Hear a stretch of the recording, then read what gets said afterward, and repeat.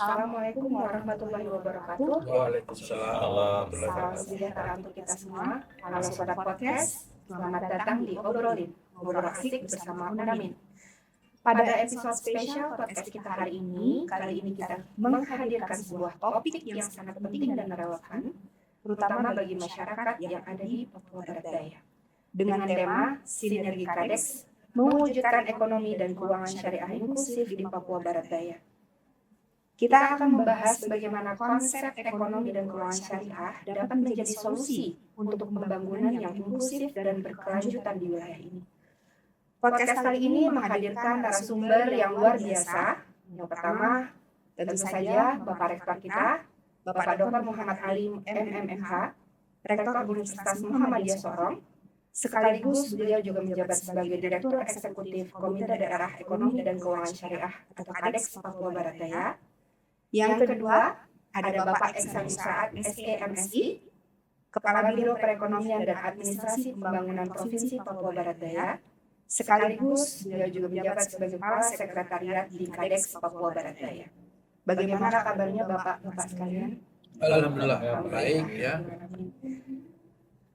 Kita akan menggali lebih dalam tentang peran KADEX, tantangan, peluang, dan sinergi yang diperlukan untuk membangun ekosistem ekonomi dan keuangan syariah yang inklusif di Papua Barat Daya. Jadi dipastikan Anda mendengarkan hingga akhir, karena banyak wawasan menarik yang mungkin akan didapatkan dari sini. Kita langsung ke susunan pertanyaan ya Bapak ya. Sebelumnya mungkin kita perkenalan dulu nih Pak. Bapak mungkin bisa menceritakan lebih dalam, berkenalan lebih dekat dengan Bapak. Terutama di sini kita ada Bapak KADEX sebagai Kepala Biro Perekonomian. Bisa diceritakan sedikit Pak latar belakang Bapak. Baik, terima kasih. Assalamualaikum warahmatullahi wabarakatuh. Salam sejahtera, salam sehat bagi kita sekalian. Para pemirsa yang mengikuti podcast hari ini, Pak Rektor ya, Universitas Muhammadiyah, Ibu Nurul selaku moderator lah ya dalam memandu acara ini, host ya dalam memandu acara ini. Ya tentu sebelumnya saya memperkenalkan diri saya Eksan Saad SMSI, dalam hal ini menjabat selaku Kepala Biro Perekonomian dan Administrasi Pembangunan Provinsi Papua Barat Daya, sekaligus Kepala Sekretariat Komite Daerah Ekonomi dan Keuangan Syariah yang telah dibentuk ya di Provinsi Papua Barat Daya. Ya, selanjutnya mungkin ada beberapa hal yang barangkali perlu kami sampaikan berkaitan dengan pembentukan ya Komite Daerah Ekonomi dan Keuangan Syariah di Provinsi Papua Barat Daya. Nah, kita tahu bahwa secara kelembagaan kalau di tingkat pusat itu adalah Komite Nasional Ekonomi dan Keuangan Syariah KNEKS. Kemudian di daerah itu dibentuk KDEKS. Nah, KDEKS ini dibentuk berdasarkan SK Bapak Gubernur ya nomor 100 tahun 2024, dan kemudian dilantik oleh Bapak Wakil Presiden ya pada tanggal 6 Juni ya 2024, di mana di dalam struktur kelembagaan KDKS ya kita tahu ada ketua ya, ada wakil ketua ya, dalam hal ini dijabat oleh PJ Gubernur Provinsi Papua Barat Daya, kemudian Pak Sekretaris Daerah, lalu kemudian juga ada sekretaris ya, kemudian ada direktur eksekutif dan juga wakil direktur eksekutif yang hadir Bapak Rektor Universitas Muhammadiyah selaku direktur eksekutif KADEX ya, dan kemudian di bawah struktur ada divisi-divisi, saya selaku kepala sekretariat ya. Kemudian selain di struktur KDKS ada direktur, ada divisi, tapi juga ada OPD yang berkaitan dengan teknis ya kegiatan. Mungkin itu sebenarnya. Oke, sekarang kita ke Bapak Rektor. Seperti yang sudah dijelaskan tadi, Bapak mengambil peran sebagai Direktur Eksekutif di Komite Daerah Ekonomi Keuangan Syariah Provinsi Papua Barat Daya. Mungkin bisa diceritakan sedikit Pak, apa yang menjadi motivasi Bapak untuk ikut di dalam berperan di dalam KADEX ini, terutama impactnya bagaimana kira-kira ke depan untuk Papua Barat Daya. Ya, terima kasih. Assalamualaikum warahmatullahi wabarakatuh. Alhamdulillah, perkenalkan saya Muhammad Ali, dari Universitas Muhammadiyah Sorong yang diamanahi ikut bersama-sama dengan bapak-bapak yang lain, bapak ibu di struktur kepengurusan KDX di Provinsi Papua Barat Daya. Kalau terkait dengan apa yang memotivasi saya sehingga dengan segala keterbatasan waktu ikut bersedia untuk bergabung, yang pertama bahwa kita sudah waktunya lebih jauh lagi kita ekspansi memperkenalkan tentang nilai-nilai substansial apa yang ada dalam Islam itu, terutama di aspek muamalah, di mana Islam itu kan bukan hanya persoalan akidah, bukan hanya persoalan masalah akhlak, etika, tetapi termasuk adalah masalah muamalah. Salah satu yang terkait dengan masalah muamalah itu adalah bagaimana ekonomi dan keuangan syariah itu, bagaimana mengintegrasikan nilai-nilai Islam itu. Salah satu yang menarik adalah bahwa terkait misalnya katakanlah di perbankan syariah misalnya dan yang lain-lainnya, seluruh aspek kehidupan. Ada yang menariknya apa? Menariknya itu bahwa dalam Islam itu tidak mutlak kita miliki semua, tapi ada sekian persen itu harus bernilai sosial yang menarik, sehingga saya bersedia melibatkan diri itu bagaimana di sana untuk sharing, karena ini kan harus pahami ekonomi syariah dan ekonomi dan keuangan syariah ini khususnya di Papua Barat Daya kan pertama, yang ketiga pun yang 29 Pak, ya 29. Nah ini tentu di Papua Barat Daya ini sekaligus itu tantangannya itu adalah pertama, masih kebanyakan orang belum memahami tentang apa itu ekonomi syariah, apa itu keuangan syariah. Kalau ada syariahnya, kalau ekonomi keuangan kan sudah biasa, sudah familiar di dalam memori setiap orang di khususnya kita di Papua Barat. Tapi kalau kita ngomong tentang syariah, nah itu yang masih apa ya? Masih sesuatu yang masih sangat baru, masih sangat asing kata syariah. Padahal kalau kita sudah pahami, ternyata itu adalah syariah itu syara adalah jalan untuk menuju kepada yang terbaik, kepada kebaikan. Misalnya di bidang ekonomi, pendidikan, di hal termasuk dalam hal dunia politik juga. Ya, ini bukan termasuk itu semua. Ya, bagaimana supaya itu nilai-nilai syariah itu diterapkan. Misalnya saling menghargai, saling terbuka, kan ada kan nilai syariah itu kan seterusnya. Kira-kira itu ya menariknya di situ. Untuk melibatkan diri. Tentu kalau yang terkait tadi tantangan, ya saya kira itu nanti kita kembangkan lagi lebih jauh lagi tentang itu, ada peluangnya. Saya kira sementara itu. Terima kasih. Kita kembali ke Bapak Iksan. Saya enaknya panggil Bapak Iksan atau Bapak Karo nih? Karo. Ya, Pak Karo. Sebagai yang sudah berkecimpung di pemerintahan, saya dengar sudah puluhan tahun ya Pak ya. Bagaimana Bapak melihat bahwa ekonomi syariah ini relevan, sangat relevan untuk ada di kembangkan di Provinsi Papua Barat Daya ini Pak? Baik, terima kasih ya.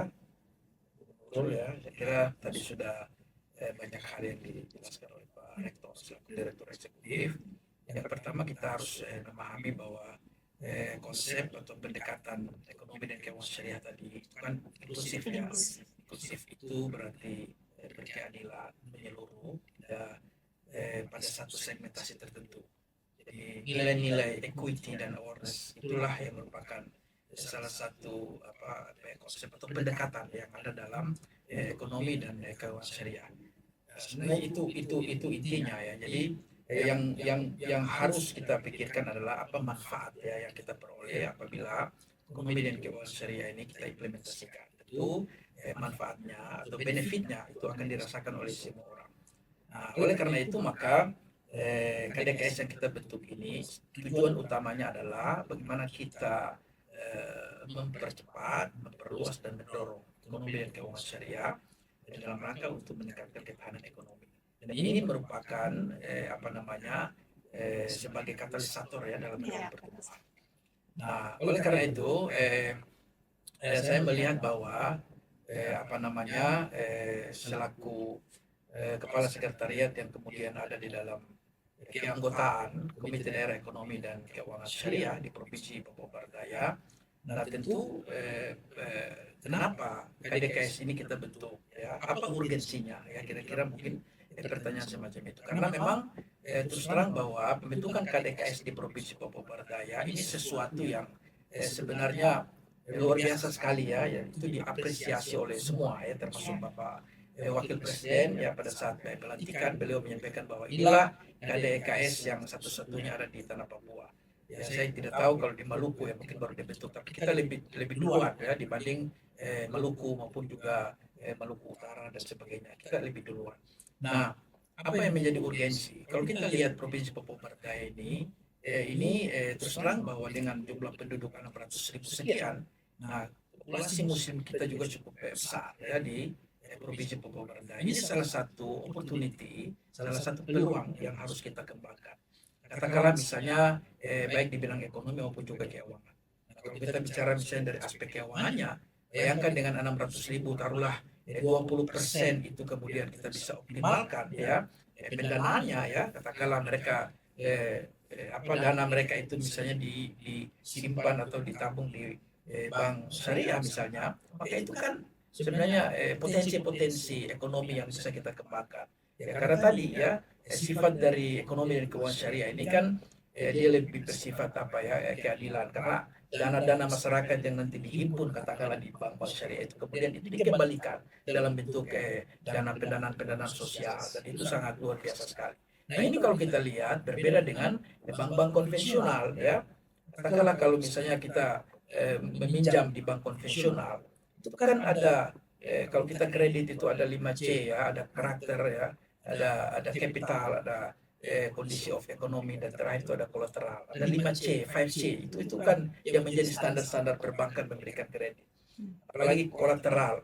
Ya, kalau bank-bank konvensional kita kredit, kalau misalnya kita pilot atau bangkrut, itu kolateral kita diambil, jaminan kita diambil. Nah, ini berbeda halnya dengan bank-bank yang berbasis syariah ya. Nah, ada prinsip mudarabah ya, bagi hasil ya, transparansi ya, keadilan ya. Jadi tidak semata-mata profit, tetapi dia lebih pada bagaimana agar katakan kredit itu yang kita ambil itu bisa secara bersama-sama. Jadi keuntungan itu bisa dibagi bersama, kerugian pun mungkin bisa ditanggung bersama. Nah, prinsip-prinsip itu tentu berbeda dengan bank-bank yang konvensional. Nah, kemudian yang kedua, selain populasi yang juga tinggi, kita juga harus melihat potensi ekonomi kita yang sangat besar di Provinsi Papua Barat Daya. Kita punya resource base yang besar, kita punya sektor perikanan ya, kita punya pariwisata misalnya ya, kita juga di sektor perkebunan dan sebagainya. Bahkan juga di bidang entertain ya, fashion ya, yang sekarang lagi juga berkembang sekali di Papua Barat Daya. Beberapa hari lalu itu 3 hari atau 4 hari lalu itu kita ada melakukan fashion show ya di IMAS ya, Convention Center itu ya.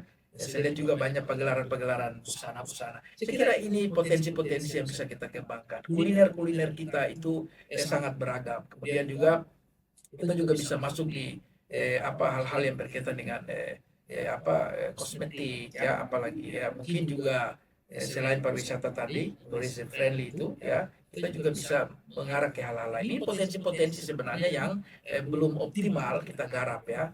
Nah, oleh karena itu dengan ekonomi dan keuangan syariah ini kalau kita implementasikan secara baik, maka pasti akan mengoptimalkan ya potensi-potensi ekonomi kita, dan juga akan mendorong peningkatan kesejahteraan terutama pendapatan masyarakat.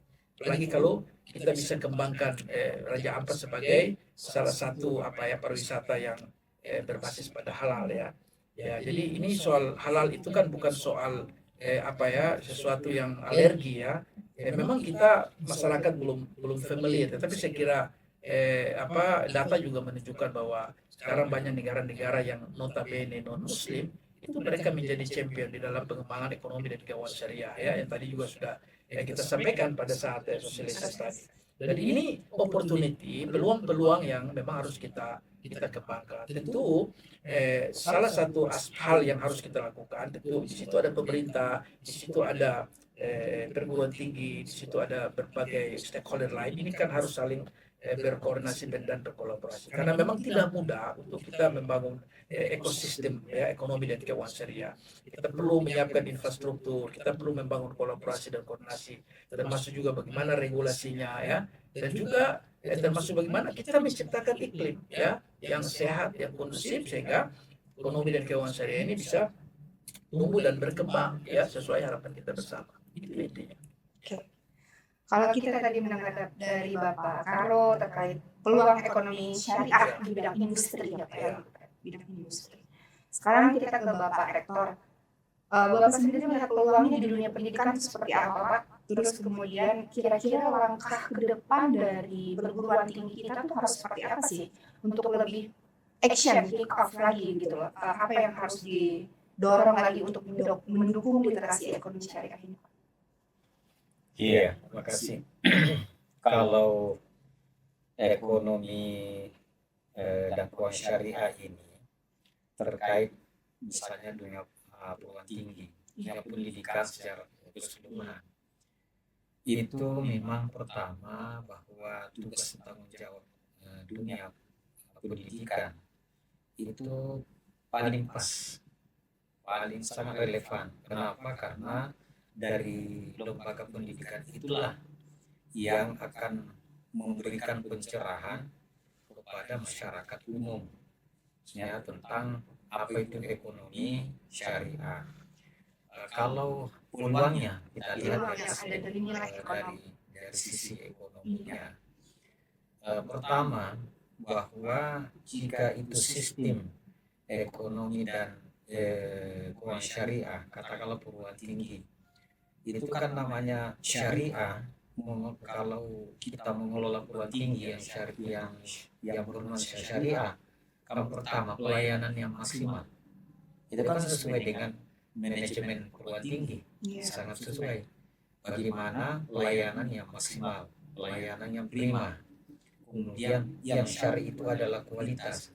Itu kan di dalam sistem pendidikan nasional, tujuan pendidikan nasional juga gitu, bahwa diharapkan dari waktu ke waktu itu kualitas pendidikan itu ditingkatkan dalam dunia, dalam hal syariahnya, syariahnya itu kan kita secara umum bahwa dari waktu ke waktu itu harus ada peningkatan. Misalnya hari ini harus lebih baik daripada hari kemarin, hari esok harus ada planningnya harus lebih baik daripada hari ini. Bahkan ada sedikit peringatan, kalau hari ini sama saja dengan hari kemarin, itu termasuk orang rugi. Kalau umpama hari ini hari kemarin lebih hari kemarin, kan orang yang termasuk rugi. Sama, jadi dalam hal kaitan ini, kita dalam hal pendekatan yang syar'i, itu saya berkeyakinan, saya berpendapat bahwa tidak ada lagi di atasnya. Tidak ada lagi. Sehingga kemungkinannya ini saya berasumsi saja. Analisa saya begini. Mengapa negara-negara yang notabene non muslim mendahului menerapkan tentang ekonomi dan keuangan syariah? Karena loncatan berpikirnya sudah sekian puluh tahun, sekian generasi ke depan, dia melihat peluang itu. Jadi di sini betul-betul inklusif bahwa nilai-nilai yang syariah itu tidak memandang siapa. Nah, di situ letaknya rahmatan lil alamin. Kebaikan itu semua. Jadi yang namanya kebaikan itu tidak boleh eksklusif, tapi kebaikan itu untuk semua. Jadi kalau rahmatan lil alamin itu seperti slogan ekonomi syariah, kebaikan untuk semua. Kebaikan untuk semua. Karena memang pada dasarnya kebenaran itu kalau agak lebih luas lagi, kebenaran itu kan sesungguhnya hanya satu dari atas itu. Nah, yang di atas inilah membuat formulasi. Saya membuat satu yang lebih umum lagi. Referensi, sumber informasi, sumber gagasan, sumber ide. Kira-kira ada nggak yang lebih hebat, lebih bagus daripada yang dibuat oleh yang maha kuasa? Gak ada lagi. Mau bicara ekonomi, mau bicara masalah keuangan atau keuangan, gak ada yang lebih di atasnya. Ultimate grand design. Iya, tinggal itu. Nah sekarang maksudnya yang namanya ekonomi keuangan syariah ini itu adalah langkah-langkah awal, tahapan-tahapan yang lebih agresif lagi untuk mengaktualisasikan nilai-nilai yang terbaik buat kehidupan di dalam bermasyarakat, bahkan berbangsa dan bernegara, bahkan lintas negara. Yang kedua, ulangnya dalam hal pendidikan, bahwa bila mana pendidikan itu maju karena bernuansa syariah, orang di dunia ini semakin berlomba mencari kira-kira formulasi apa yang bisa menenangkan dirinya. Maka itu ada di dalam agama Kristiani, dalam kitab suci agama Kristiani, kitab Injil, Matius 5 ayat 6 itu ada. Karena orang semua mau bahagia, kalau kita tanya, semua orang mau bahagia. Nah, bagaimana salah satu yang bahagia? Berbahagialah orang yang lapar dan haus dengan kebenaran, karena dia akan dipuaskan. Jadi nilai kebenaran dari mana? Itu di dalam Islam. Kebenaran itu ada al-haqqu min rabbik. Kebenaran yang sesungguhnya itu datang dari sana. Nah, itulah kaitan dengan masalah aspek kehidupan manusia yang kita perbincangkan itu. Disitulah betapa inklusifnya itu tentang nilai-nilai syariah itu. Jadi ke depan tidak ada jalan yang lebih strategis kecuali adalah melalui pendidikan. Karena melalui pendidikan itu peningkatan SDM, peningkatan sumber daya manusia. Tidak ada satu bangsa yang maju di dunia ini kalau SDM-nya tidak didahulukan. SDM itulah yang didahulukan. Papua Barat Daya bisa lebih unggul ke depan, itu sangat tergantung kepada kesiapan SDM. Nah itu peluangnya untuk situ. Nah oleh karena itu tadi Pak Karo sudah menjelaskan sudah lebih detail tentang itu. Saya kira di sisi pendidikan itu pertama itu kan kita gini, namanya yang syar'i itu orang itu kuliah kan sesungguhnya tidak ada orang bodoh. Yang ada itu hanya ada yang pertama, orang agak telat merespon sesuatu. Ada orang sedang merespon sesuatu, ada yang cepat, tapi tiga-tiganya ini bisa. Nah itu, tiga-tiganya bisa. Oleh karena itu dunia pendidikan, kita harus mengetahui tentang itu. Sehingga kalau dengan itu, semua orang pada dasarnya bisa. Nah, yang berikutnya, bahwa di Papua ini, itu potensinya yang sangat luar biasa. Kenapa saya katakan sangat luar biasa? Pertama, bahwa secara alamiah yang tadi kita waktu di atas acara di aula itu kan saya tampilkan itu gedung-gedung yang mencakar langit. Apa yang muncul dalam pikiran saya?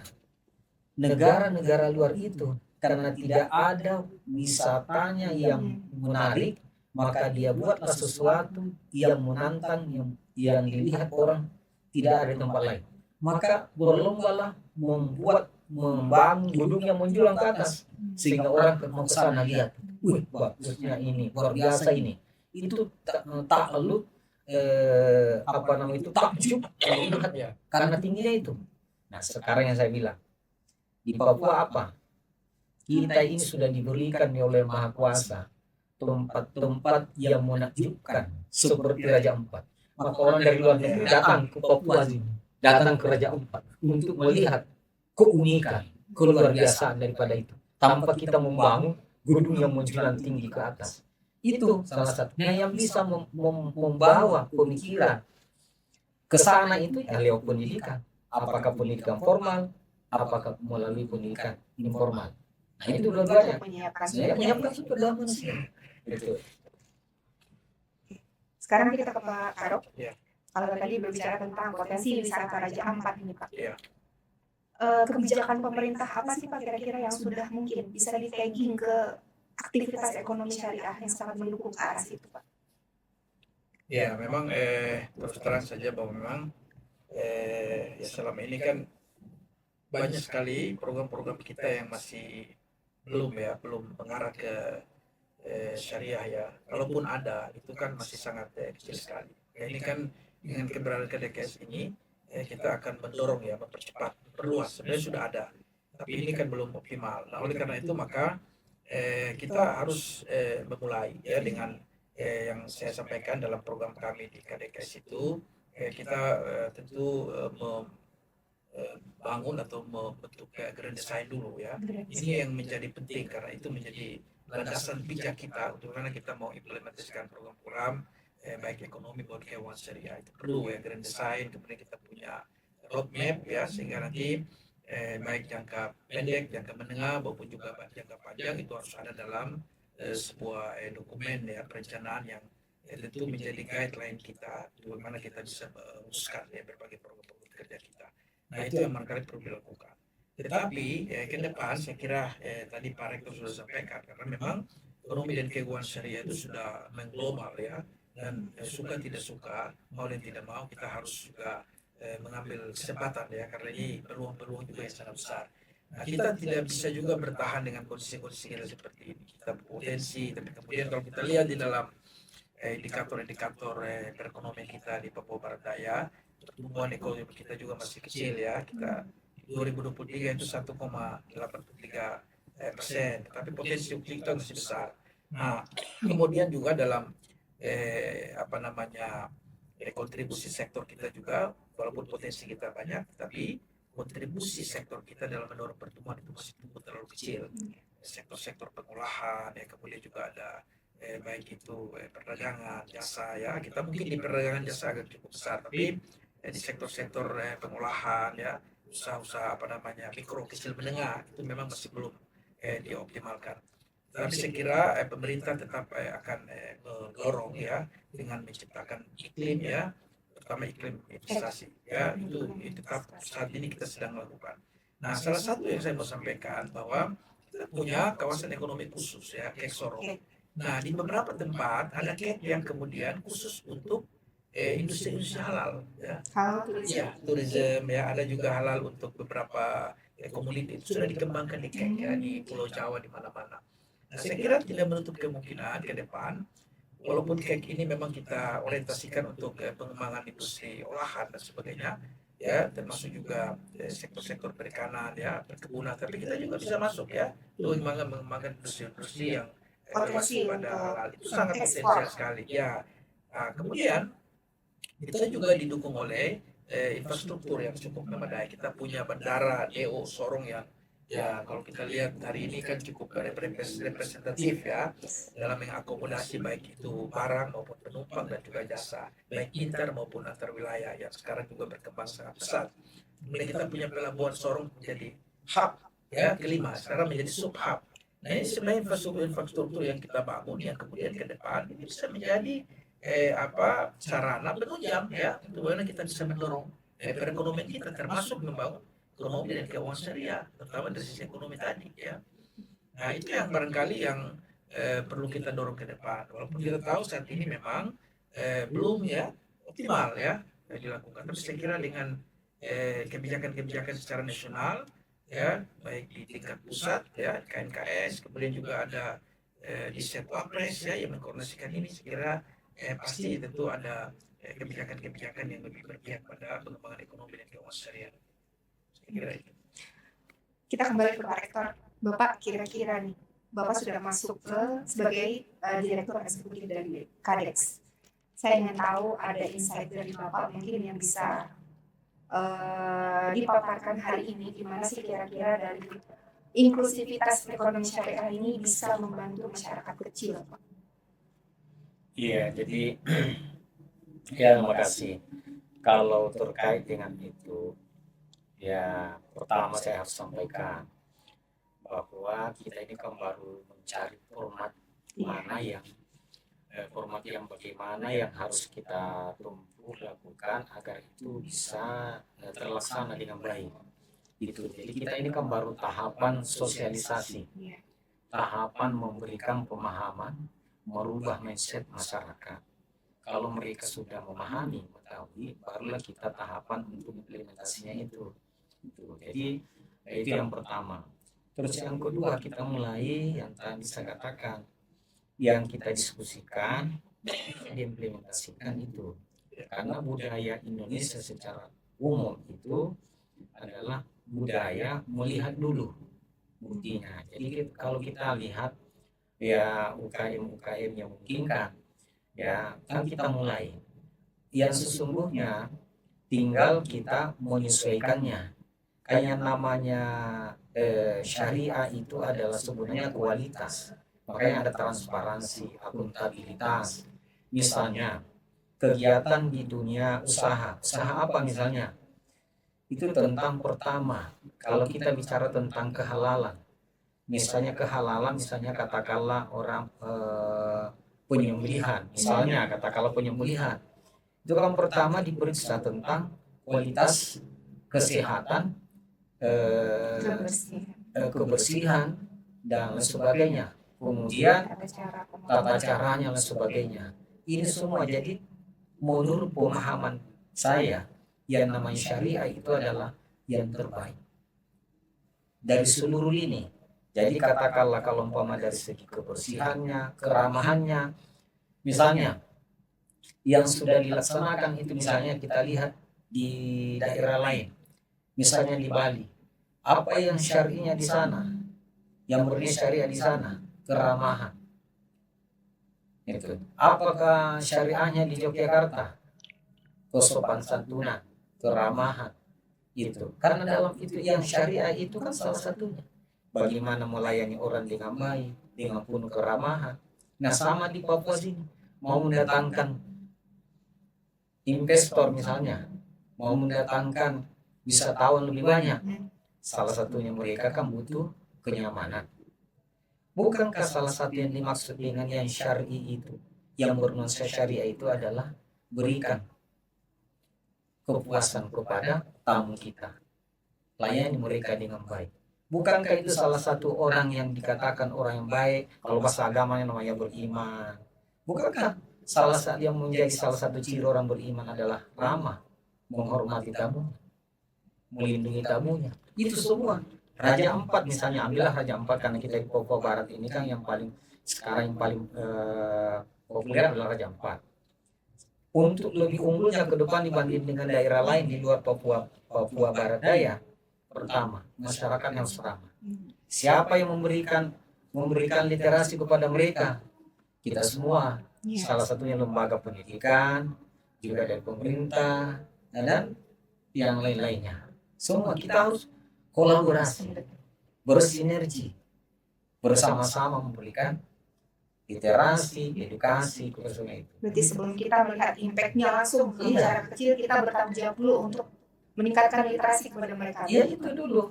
Nanti yang impact-nya itu nanti akan menyusul. Iya. Kata orang bijak, siapa yang menanam padi, siapa yang menanam padi, rumput pasti ikut tumbuh. Kan begitu itu.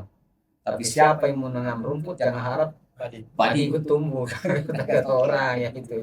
Tapi kalau mau sudah bagi mereka, otomatis impact-nya akan ikut secara otomatis itu. Iya. Baik, Pak Karo, Ya. hari ini sudah ada sinergi KADES dengan perguruan tinggi. Betul. Ke depan di bidang mana lagi nih Pak, selain perguruan tinggi? Atau mungkin dengan OPD yang akan dilakukan kira-kira seperti Ya, apa? jadi memang OPD. itu wujud apa ya sinergitas kita nanti yang tadi sudah saya sampaikan. Ya tentu ada banyak sekali stakeholder yang terlibat. Iya, stakeholder. Salah satu tentu perguruan tinggi tadi yang melalui penyiapan SDM ya, kemudian juga set and development. Ya, SDM ini kan saya kira kata kunci kita ya. Ya tanpa sumber daya manusia yang baik ya saya kira juga susah ya untuk kita mengimplementasikan program-program ini. Baik melalui pelatihan, pendampingan ya. Kemudian juga ya tentu sampai pada bagaimana membuka jurusan-jurusan yang tadi ekonomi keuangan syariah ya dengan standar-standar mutu yang baik, lalu kemudian ada riset, ada development sebagainya. Itu saya kira peran-peran yang harus dilakukan. Nah dengan OPD lain ya saya kira ini memang menjadi penting karena memang leading sektornya sebenarnya ada di OPD. Katakanlah tatkala kita bicara bagaimana kita meningkatkan standar-standar halal, sertifikasi halal, dan itu kan tidak lepas ya dari peran OPD.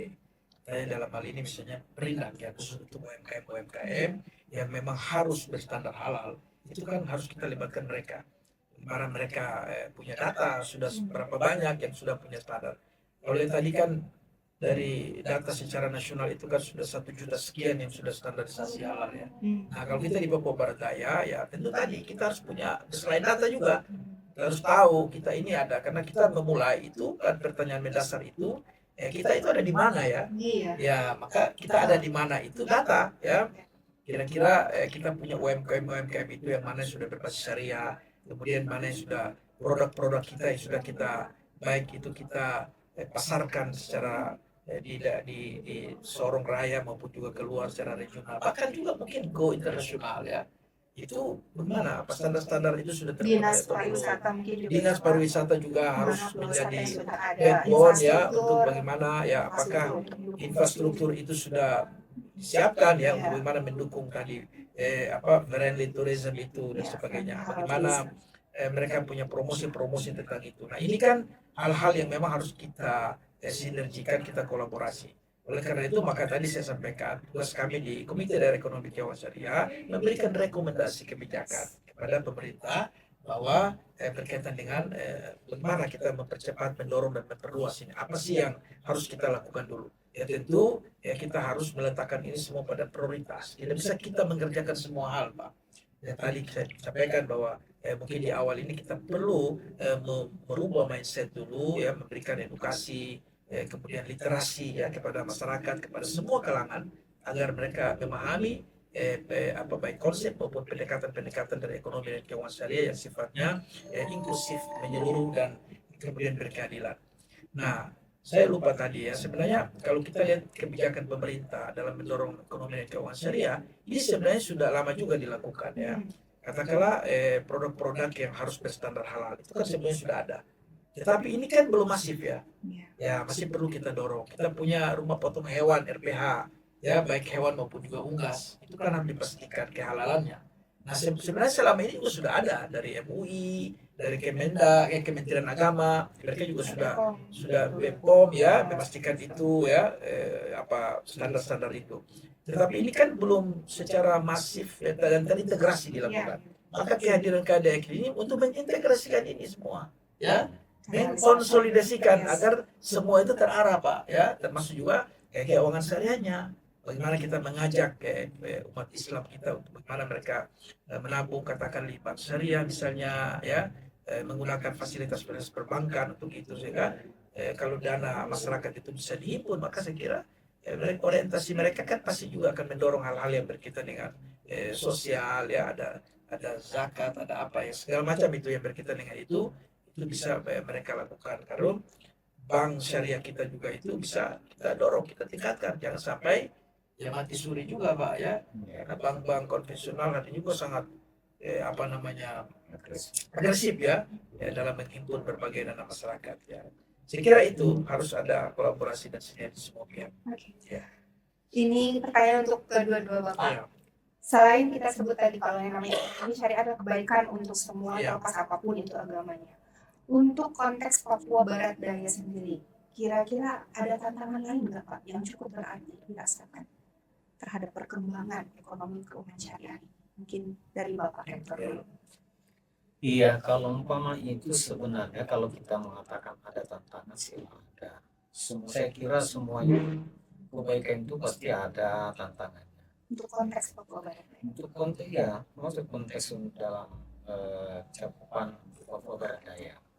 Pertama, kan bahasa-bahasa kalau kita bicara tentang syariah itu kan masih tabu, masih apa ya, sekarang masih asing sekali itu namanya bahasa-bahasa begitu. Padahal itu kan belum dipahami apa artinya. Ya saya katakan tadi kan ilustrasi saya. Ibaratnya seperti katakanlah ada anak kecil dikasih mobil yang harga berapa ratus juta baru dikasih mobil kami karena apa?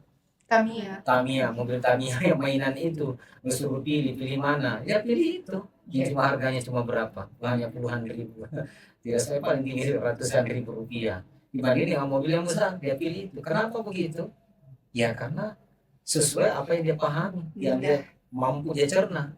Nah oleh karena itu kaitan dengan ekonomi dan syariah di Papua ini tantangannya hanya itu. Pertama itu tadi bagaimana cara kita secara masif untuk memberikan pemahaman tadi seperti sampaikan Pak Karo untuk merubah mindset mindset masyarakat.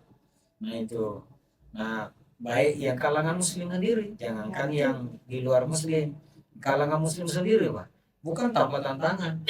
Ya. Itu juga tantangannya. Maka tantangan paling berat itu adalah internal. Yang paling berat pada diri kita, gitu, dan seterusnya. Nah oleh karena itu, itu yang pertama itu yang paling utama. Karena sebaik apapun konsep kita, kalau umpama orang belum memahami dengan baik, itu juga tetap biasa saja. Tapi kalau orang sudah merubah mindsetnya, tanpa diajak, dia akan menawarkan diri. Itu poinnya. Terus yang kedua, tantangannya kita di Papua itu karena belum ada yang nyata. Padahal sebenarnya tadi Pak Karo sudah sampaikan, sebenarnya itu namanya yang syariah, tinggal kita ketuk sendiri, tinggal ya tinggal secuil saja. Misalnya katakanlah tadi itu dari MUI, dari Kementerian Agama memberikan label halal, kan tinggal itu yang syariah. Label halal kan itu termasuk itu tentang kualitas barangnya dari lembaga-lembaga yang memberikan penguatan itu. Semuanya tinggal dikaitkan syariah itu syariahnya di mana, ya tujuannya yang itu yang terbaik. Kalau bahasanya yang umum sekali kan halalan thayyibah. Halal itu kan prosesnya, kemudian thayyibah itu adalah nilai, katakanlah kalau makanan nilai gizinya, prosesnya dari mana, kemudian thayyibatnya itu di mana, adalah nilai gizinya itu untuk kesehatan bagi manusia itu. Jadi itu tantangan ke situ menurut saya itu. Dan di Papua ini masyarakat ini kan santai-santai saya menurut saya di Papua. Di Papua ini tidak seperti daerah-daerah tertentu sangat fanatisme itu berlebihan kalau umpama sesuatu ini. Di Papua itu saya ya terbuka. Ya maka sesuai dengan inklusif itu. Inklusif terbuka. Contoh kita lihat masyarakat Papua OAP itu, kalau saya di kompleks OAP itu keakraban di antara mereka itu betul-betul nilai kebersamaannya itu dia itu syar'i ya Pak. Iya, tinggal itu. Jadi kebersamaannya itu saling menghargai, itu kan syar'i. Ya, yang syar'i itu kan salah satunya itu harmonisasi. Itu kan gitu. Nah, nilai-nilai itulah yang sebenarnya mau diperkenalkan. Kayak begini lah. Saya waktu sedikit di Arab Saudi dulu di zaman jahiliyah, nilai-nilai yang syar'i itu, yang bahasa syariah itu sangat ditolak, ditantang. Itu sangat luar biasa itu tantangannya. Tapi karena semangat untuk memberikan pemahaman, pada akhirnya 100% diterima. Gitu. Jadi sama kita mau memperkenalkan ini, mau menerapkan, ya kita mulailah mudah-mudahan dengan upaya kita nanti, lupa tadi bilang pendidikan, nanti berikutnya Pak kita sarankan, kita sosialisasi lagi kepada generasi muda, anak remaja di SMA, karena itu adalah generasi penerus ke depan, diberikan pemahaman lebih dini di anak-anak SMA itu. Oh ini kan sudah mereka sudah bisa memahami itu, merespon tentang apa itu ekonomi syariah. Mungkin diberikan penjelasan yang bagus. Itu kemudian kepada kelompok-kelompok masyarakat. Nah itu kalau kita semua lihat komunitas itu, kalau kita masuki semua itu, saya yakin dan percaya waktu yang tidak lama itu ekonomi keuangan syariah di Papua Barat Daya khususnya itu masyarakat akan menerima dengan sebaik-baiknya. Kalau jadi tantangan itu kan sebenarnya hanya sebuah proses waktu saja. Ya saya kira itu deh. Kalau Bapak bisa menambahkan? Ya, saya kira hampir sejalan sampai sama ya dengan Pak Rektor sampaikan tadi, Pak Direktur. Jadi memang tantangan kita kalau saya lihat itu yang pertama itu soal mindset ya, pengetahuan, pemahaman ya, literasi terhadap konsep atau pendekatan dalam ekonomi keuangan syariah itu kan masih sangat minim sekali. Maka ini ya tentu menjadi salah satu yang harus kita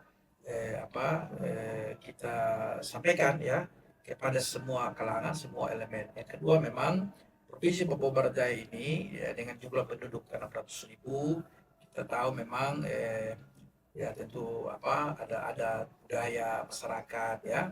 Apalagi kita kan ada undang-undang otonomi khusus, ada kekhususan ya, yang memang juga harus menjadi atensi kita ya, sehingga nanti pendekatan-pendekatan kita dalam mendorong ekonomi keuangan syariah itu harus juga lebih melihat pada aspek-aspek kontekstual dan spesifik ya, masyarakat, keberagaman ya, macam-macam ada. Itu juga harus kita adjust ya dengan itu ya, tidak bisa langsung kita terapkan begitu, kita lakukan tanpa kemudian melihat hal-hal yang sifatnya kontekstual. Itu Yes. juga menjadi tantangan kita.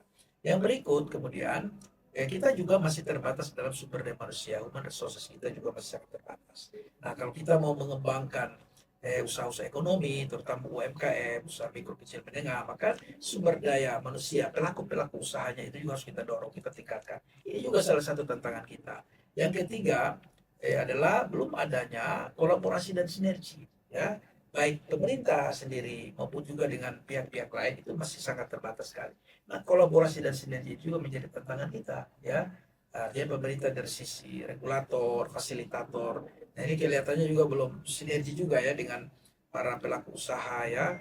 Eh, Apalagi kalau kita bicara soal keuangan syariah, perbankan misalnya. Nah, ini bagaimana ya kita mendorong agar ini bisa berkembang dan sebagainya. Nah, ini kan tantangan-tantangan yang memang harus kita hadapi dan kemudian kita bisa selesaikan ya satu demi satu. Tentu waktu kita kan tidak mungkin dalam 1 tahun kita bisa menyelesaikan semua dari Pak Rektor sampaikan. Nah, saya kira dengan sendirinya nanti kalau memang ini sudah berjalan, masyarakat sudah memahami, mindsetnya itu sudah tahu bahwa ini sesuatu yang baik ya. Tadi dengan prinsip-prinsip equity, awareness ya, berkeadilan, maka pasti orang akan mau terlibat ya dalam kegiatan-kegiatan ekonomi dan keuangan syariah ya. Nah, karena manfaat ekonominya pasti akan dirasakan. Nah, tetapi tadi tantangan-tantangan itu yang barangkali perlu kita hadapi ya, kita dengan koordinasi, kolaborasi dan memberi pemahaman yang baik, saya kira pasti ini akan bisa kita atasi. Ini tuh. Ya. 3 pertanyaan terakhir, Pak. 3 pertanyaan terakhir kita. Kita kembali ke Bapak Rektor. Nah, kalau berbicara keberlanjutan, berarti kita berbicara tentang peran anak mudanya nih, Pak. Nah, menurut Bapak, apa pesan yang bisa disampaikan, Pak, kepada generasi muda Papua Barat Daya ya dalam mengambil peran di sektor ekonomi syariah? Iya, kalau saya untuk generasi muda tentang peluang ya, saya memilih itu peluang bagi generasi muda ke depan itu pertama bahwa kita ini yang sekarang sudah berada pada kondisi sudah sangat global. Iya. Jadi orang tidak melihat lagi pada warna-warninya itu, tapi dia sudah melihat sekarang masyarakat dunia itu sudah melihat dari sisi aspek kebermanfaatannya, nilainya, dampaknya, ya efeknya itu. Nah, ekonomi syariah itu muncul, justru orang meneliti itu semakin terbuka dan melihat oh ternyata ini yang bagus. Nah, barulah setelah itu dia temukan tinggal 2 saya lihat. Pertama, oh ternyata inilah yang dimaksud dalam nilai-nilai ajaran yang syariah, yang syar'i, yang berbasis syariah. Nah, yang kedua, dia sudah menerima tentang itu, tapi belum hanya menggunakan bahasa, tidak memilih bahwa inilah yang dimaksud di dalam syariah, tetapi sesuai dengan hasil penelitiannya sendiri, dengan menggunakan bahasa sendiri. Tapi sesungguhnya hasil penelitian yang objektif, yang rasional, nah itulah sesungguhnya yang syariah. Bagaimana untuk semangat kewirausahaan, Pak? Kita lihat mahasiswa-mahasiswa di Pulau Jawa gitu ya, Pak ya. Ada vending machine untuk menjual jilbab, seperti itu kan. Itu kan bisa sebenarnya ada unsur syar'inya di situ, dan itu diintegrasikan dengan semangat kewirausahaan. Dan itu dilakukan oleh para anak muda. Kira-kira peluangnya apa nih Pak? Kira-kira untuk Kota Sorong saja gitu Pak? Peluangnya itu anak-anak, sebagai contoh ya. Di kampus ini, misalnya kalau kita itu yang disebutkan tadi, misalnya di Jawa, jangan ke di Jawa. Di sini, di kampus ini, Fakultas Ekonomi kan ada. Iya. Ada mahasiswa itu kan sudah ada yang berbisnis seperti itu. Bagaimana yang tinggal? Makanya saya sudah sampaikan, yang syar'i itu yang bagaimana? yang bernuansa syariah itu bagaimana? Saya bilang kejujuran. Kejujuran itu bagaimana? Termasuk Anda terbuka, transparansi, akuntabilitas dalam transaksi jual beli. Kalau memang barangnya ada yang kurang, yang syariahnya kan begini. Sampaikan sama calon pembeli bahwa barang ini ada begini, ini ada kelemahannya. Transparansi. Kan begitu di dalam Kembali ke nilai-nilai. iya, nilai-nilai itu yang di yang ditekankan dalam hal nuansa syar'i atau syariah itu adalah tentang kejujuran. Kejujuran itu apa? Dalam hal transaksi, ke dalam bidang apapun juga, itu kan benar-benar adalah apa adanya. Tidak ada unsur-unsur hal-hal yang tidak diinginkan dalam hal transaksi itu. Nah itu, jadi generasi muda ke depan itu saya yakin dan percaya akan cepat atau lambat akan menerima tentang yang nilai-nilai syari itu dalam segala aspek. Kenapa? Karena sudah semakin terbuka informasi dan tidak bisa dipungkiri, tidak bisa lagi disembunyikan karena kemajuan teknologi. Dan kita ke depan itu bagaimana? Kejujuran contoh bahwa semakin terbuka dan semakin syar'i. Yang dihindari adalah sebuah penipuan. Maka kemajuan teknologi, orang bikin kendaraan dan tidak ada lagi drivernya, tetapi dengan kemajuan teknologi, kendaraan datang dengan sendirinya, kemudian mau diantar kemana, karena itu lebih dipercaya bahwa tidak akan menipu dia. Walaupun kalau ada tipuan di dalamnya, manusia yang the man behind the gun. Itu ya paling begitu. Iya. Bapak Karol, Ya. jika boleh dirangkum Pak, harapan Bapak terkait ekosistem XR yang akan tumbuh di Papua Barat Daya ini 5-10 tahun ke depan. Iya, jadi saya kira memang ya kata kuncinya tadi ya tentu dengan KDKS Komite Daerah Ekonomi Keuangan Syariah yang tadi sudah saya sampaikan tugas-tugas utama yang kami lakukan, ya tentu kata kuncinya adalah kita berharap untuk 5 tahun ke depan ekonomi dan keuangan syariah ini akan tumbuh ya di Provinsi Papua Barat Daya dan bahkan memberikan dampak atau impact ya baik itu multiplier effect maupun juga spillover effect. Ini yang intinya. Tetapi kata kuncinya adalah marilah kita bangun komitmen dan juga keberlanjutan, sustainability. Oleh karena itu maka sesuatu yang baik ini yang kemudian kalau kita lihat tadi ya betapa banyak negara mengambil keuntungan dari ekonomi dan keuangan syariah yang hari ini sudah mengglobal. Nah ini yang kemudian mari kita ajak kita sekalian ya semua komponen untuk mari bersama-sama kita membangun kolaborasi dan sinergi untuk bagaimana kita mendorong ekonomi dan keuangan syariah. Insya Allah kalau ini kita bisa dorong ke depan maka pasti pertumbuhan ekonomi akan meningkat dan juga kesejahteraan akan meningkat. Bahkan ini juga akan menurunkan angka kemiskinan ya di Provinsi Papua Barat Daya itu. Ini harapan kita. Saya kira itu. Singkat padat Pak, pesan terakhir untuk sahabat podcast kita dari Bapak dan juga Bapak Rektor.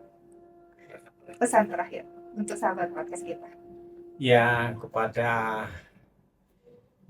para pemirsa Ya. pendengar yang menyempatkan diri mendengarkan apa yang kami perbincangkan tadi ini. Pertama adalah jika ada informasi baru maka jangan langsung ditolak kalau belum dipahami, tapi selidiki dulu baik, pahami dengan baik karena boleh jadi informasi itu sesuatu yang mengandung nilai yang sangat tinggi, peluang yang sangat besar.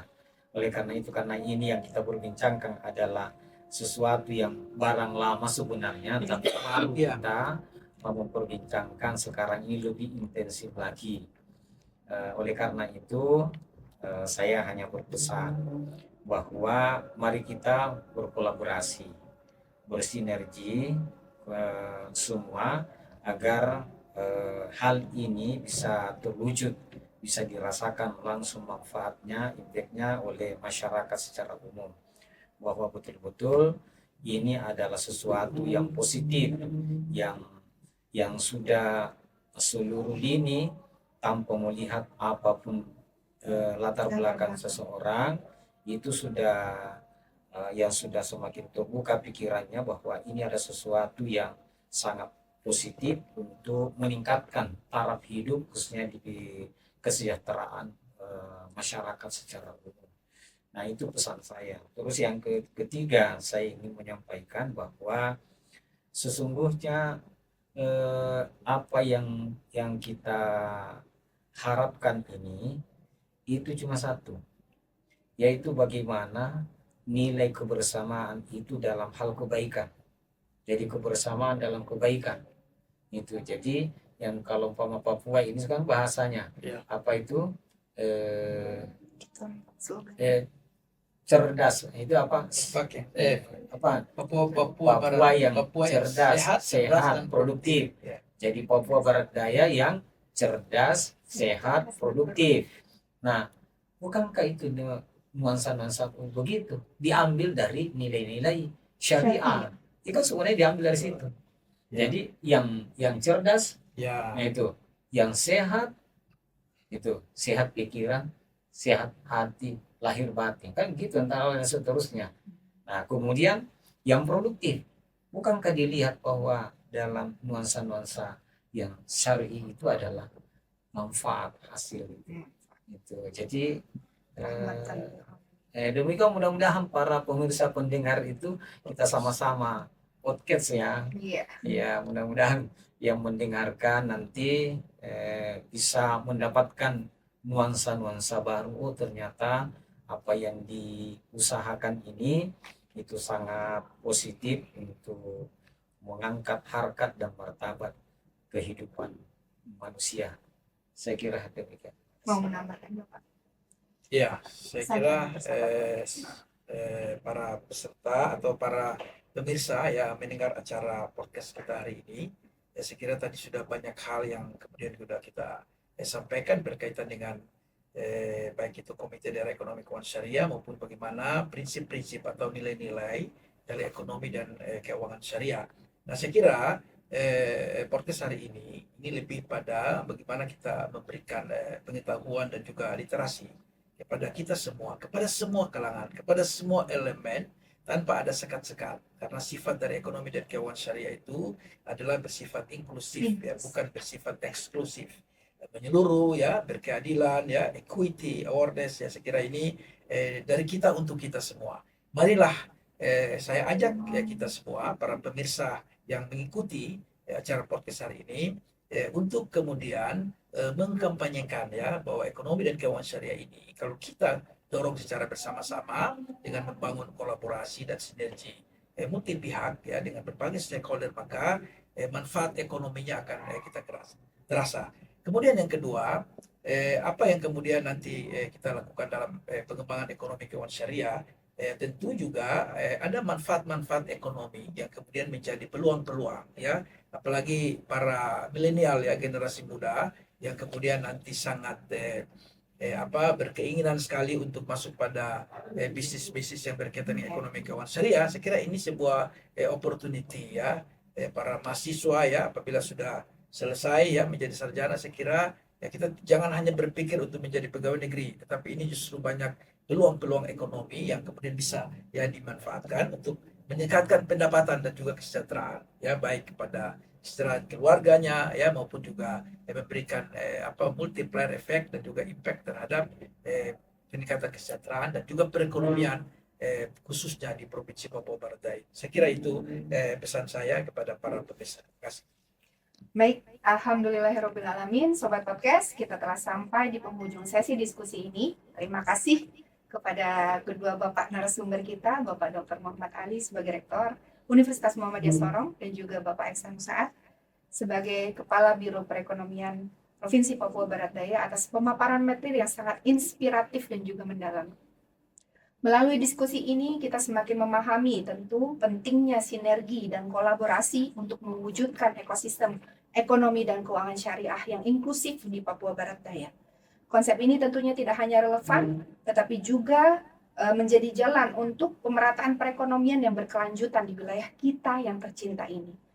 Kami juga mengucapkan terima kasih kepada Sobat Podcast yang telah setia mendengarkan hingga akhir. Semoga pembahasan ini memberikan manfaat untuk kita semua. Sampai jumpa di episode berikutnya. Wassalamualaikum warahmatullahi wabarakatuh. Waalaikumsalam warahmatullahi wabarakatuh. Closing statement, satu kata untuk Unamid, Bapak. Satu kata untuk menang. Bapak Iksan. Ya, maju ya. Maju. Ya, Bapak Rektor, satu kata untuk Namin, Pak. Satu kata untuk Namin.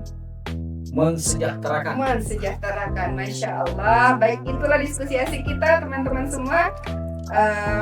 maju dan sejahtera. Saya Nurul Hidayah sebagai host undur diri. Assalamualaikum warahmatullahi wabarakatuh. Waalaikumsalam. Terima kasih Pak.